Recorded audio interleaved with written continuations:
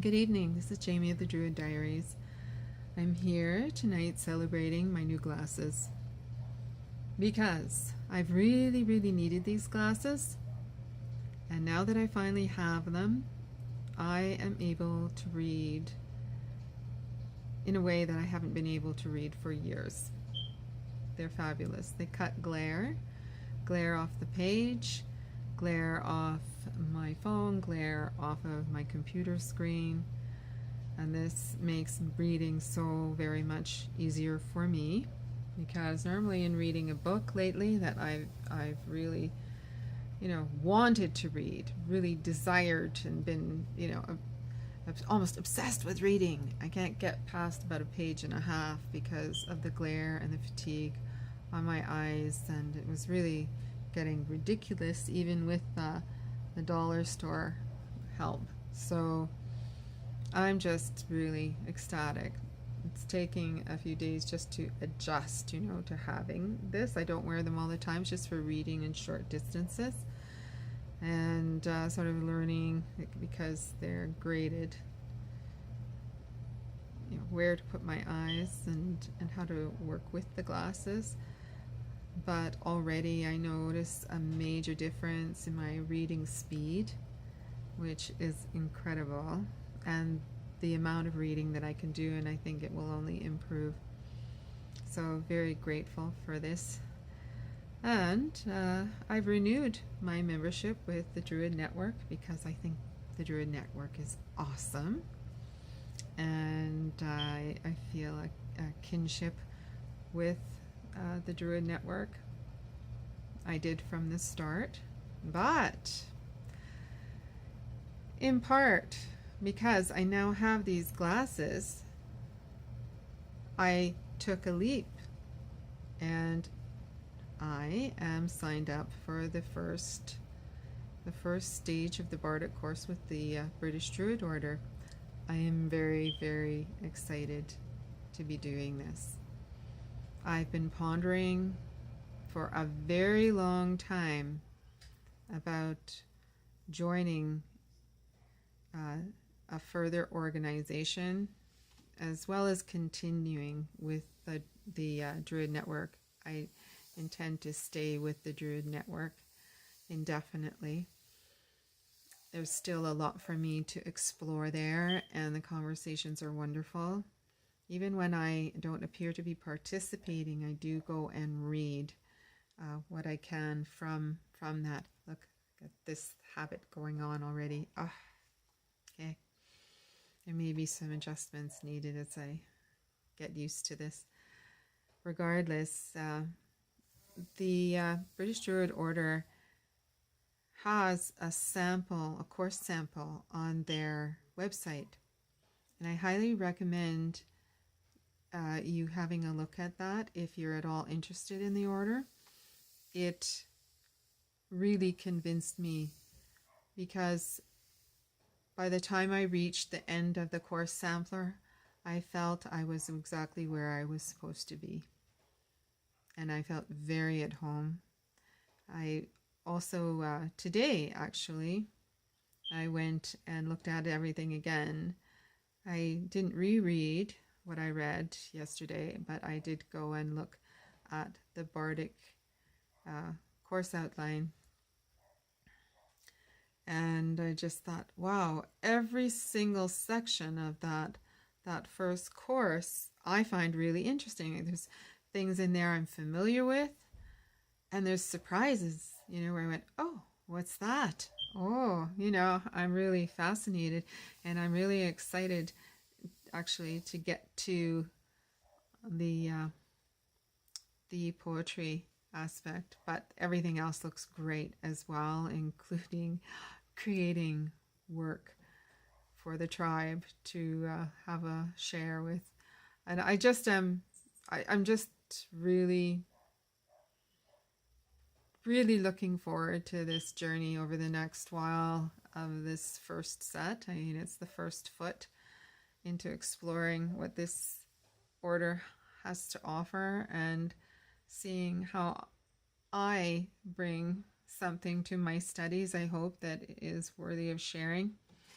So yeah, this is a huge step for me. I didn't see myself doing this a few years back.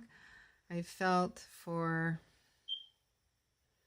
a very long time really deep yearning for Druidry, Druidism,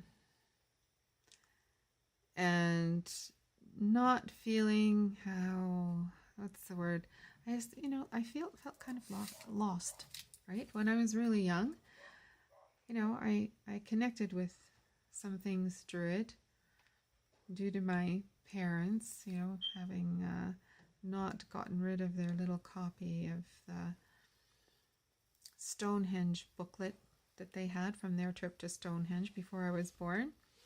Yeah, they had some interest in this area. Things they once believed, as my mother said, something along that line. I really think my parents were really true pagans deep in their hearts, and were trying their best to conform and help me to conform. And they meant well. They meant well, and that's okay. I now muse about these things because, no matter what ups and downs you go through, somehow if you start to arrive at the place you need to be, you can be a little bit more forgiving or reach a greater state of understanding, and you can then really integrate the experiences you have had along your journey and contextualize them and really turn them into compost from which these new sprouts of yours are going to grow and blossom. And that's how I feel. I feel that so much of my life has been very druidic, so that now that things, have been formalizing more in terms of my being more exposed to the druidic community, seeing and meeting and discussing and learning from so many different sources over the last few years. I just, I've gone back in my own personal history and recontextualized many, many things that I can see are actually strong influencers on modern Druidry. So now I'm finally ready to take the next step in a more formal way. And I think that the Druid Network really helped me for that intermediary stage, because it's so relaxed. It's everything is self-guided. There's contact if you want contact. If you want to muddle along on your own and do it at your own pace, it was perfect. And the philosophies that I was coming into contact through them were perfect for me. As I also feel with the BDO, I'm very excited and grateful, to be able to be starting this road. I haven't opened up my package yet that I received very, very quickly through my email, like within an hour to 2 hours. No, it must have been not even an hour. So wow, that's impressive. Anyway, I'm just so excited. Also, through the British Druid Order website, I found my way to a harp maker. And when I opened up that web page where that harp maker, advertised their harps, I found they weren't, going to post any more new harps on there, or so there's a very faint promise of doing it.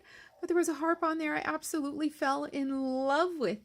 And it's just wild because when I was a child, I wanted to play the harp. There's like 2 instruments, well, 3, that I was absolutely obsessed about. One first was the harp. My mom said, no, we're not getting you a harp. Don't misunderstand me. I love my mother and she was a really cool person, but she had some funny things about certain things. No, I wasn't to have a harp. And I said, well, what about a harpsichord? I could go for a harpsichord.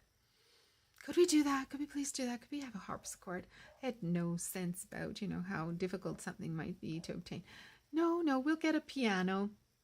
No, it's not the sound I was looking for, right? There's a sound, a spirit in the instrument. And I was like, it's not the piano, it's the harp. At least the harpsichord. But the harp, that would be the one. Nope, we had a piano and I took piano lessons.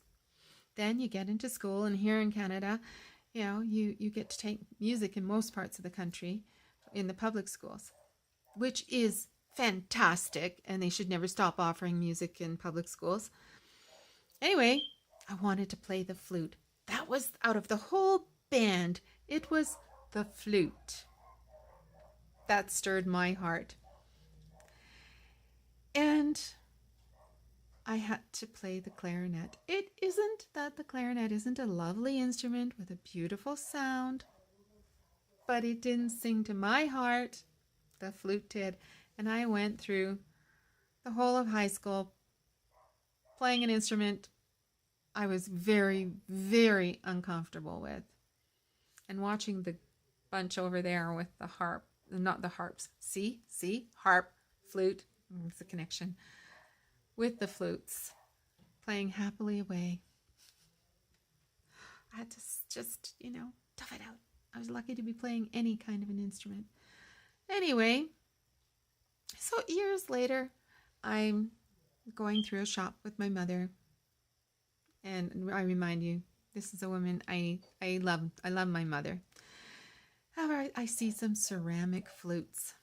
And she'd been wondering what to get me for my birthday. And this is nice that she would get me anything. So I'm going, that's what I'd love. I'd just love to have that beautiful ceramic flute. No! No. And in the meantime, over the years, off and on, my father had bought me some small wooden indigenous style flutes, which were lovely, but they weren't, they were touristy, right? One, though, had a really nice sound, and I had it for years and years. But it's different. I had been wanting to play the sideways flute, and these were long. And I had played recorder. I tried recorder. But again, it just really wasn't, they weren't inspiring me, right? And I think that if you're going to play an instrument, it would be ideal if it moves your spirit and your heart. So that wasn't happening for me. Eventually I got so that I could muddle around on the piano, and I had some melodies, some pieces come out. Granted, I'm not the best at playing the piano. I wasn't then, and I forget what grade of piano lessons I went up to, but a long, long way from concert pianist. But I recorded them. They were bad recordings on a little tape recorder, and the tape recorder had a kind of picked up a kind of a twangy sound, even though the tone of our piano was quite nice. It wasn't terrible. Anyway, some of those melodies were really haunting, and the chords that I put with them, and I wanted to do something with those. And my dad said, you know what, I'd really like to play this for my friend at the Arts and Letters Club in Toronto. And I said, well, we can make a copy, couldn't we? How could we make a copy? Because I don't really want to let go. I'm pretty sure I said that. Anyway, I made it clear that those are, that's something I want back. So he took it, and his friend took it and never returned it. This man taught music. And I'm trying to remember whether it was with the University of Toronto or the Royal Conservative Music in Toronto. I don't know which, but he was a member of the Arts and Letters Club. And he took my tape, and I never got it back. And to this day, there are times when I've been listening to music and I could swear. I hear segments of the music that was on those tapes. It left a really kind of it left a wound in me. So when I saw that harp, I thought, whoa. It wasn't such much of a thought. It's just like it went, whoom, boom, like a big, yucky, nasty hole in me just kind of started closing up. Like it just, boom. Isn't that interesting? Yeah. Yeah. And the harp looked like it had two lapis stones set in silver on it. So I will likely never have that harp. I don't have an expectation that I will be able to have that harp. But what it has already gifted me was some significant healing to those experiences. And, I love my parents. And it's easy as a parent to make mistakes with your offspring. And you can do that even when you mean well. So, I don't know the reasons behind what my parents said. And I am quite cognizant of the fact I'm just really lucky to have had any kind of music lessons at all. So I'm very grateful for that. I took a little bit of musically oriented classes at university, just one actually.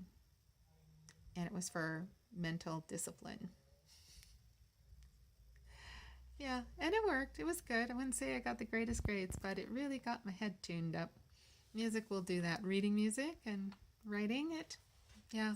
So I'm really looking forward to the musical part of this course because I think there are some very significant things for this person to address. And I think it's going to be amazing. Not saying it's going to be easy for me, but I think it will be personally very deeply significant.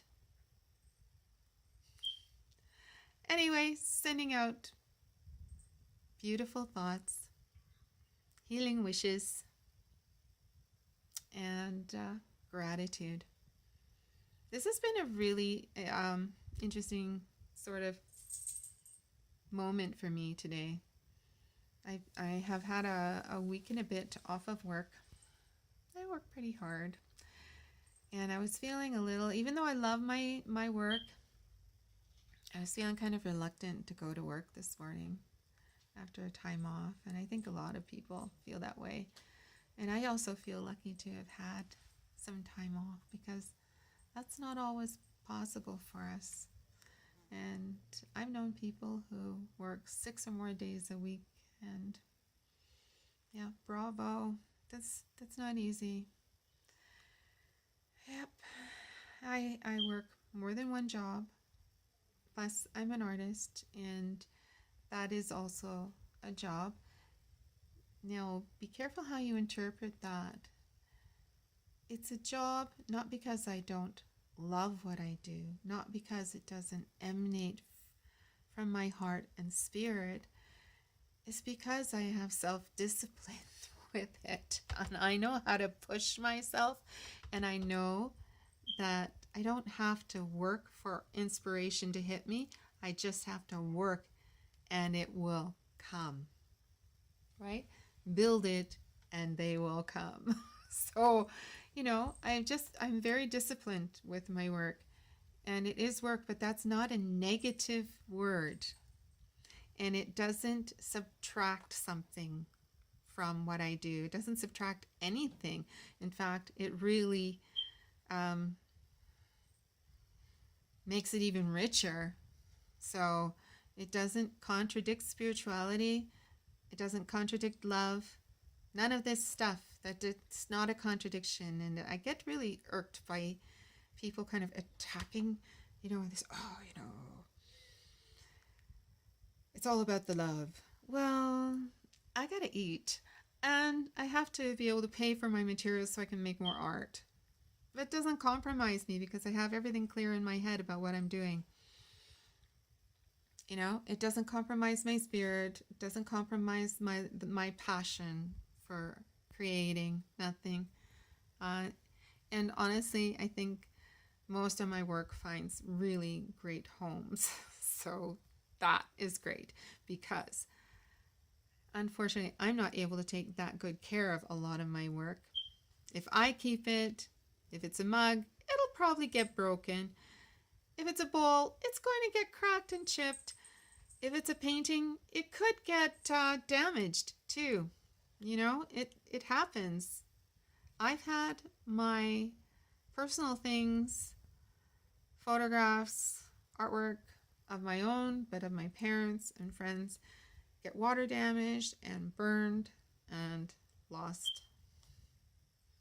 You know, things happen to art just as it happens to people.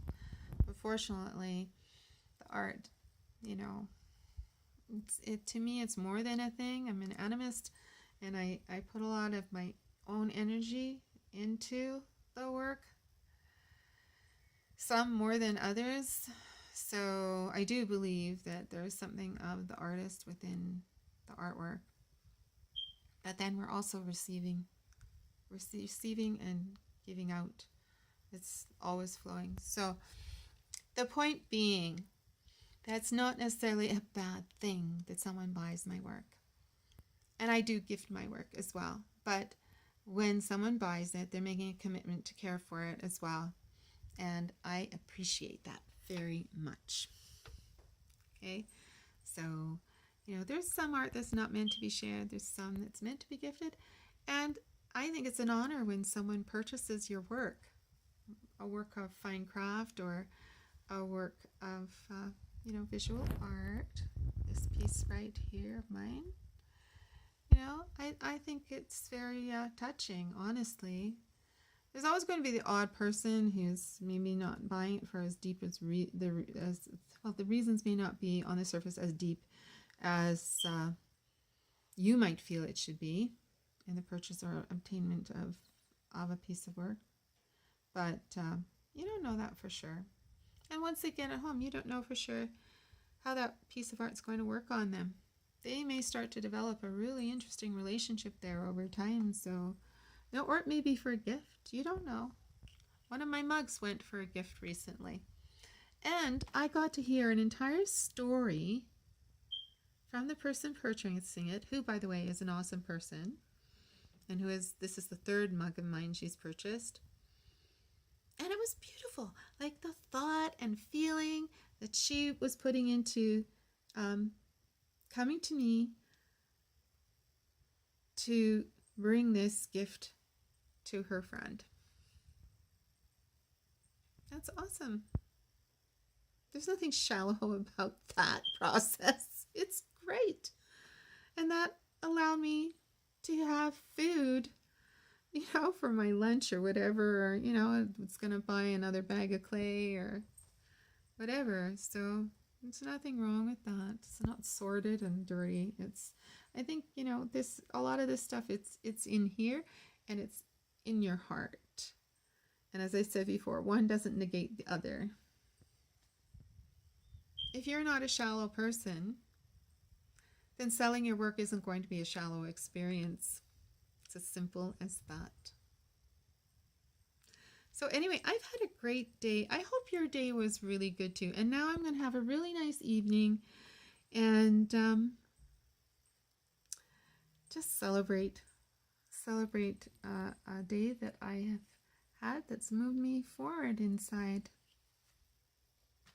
So take care.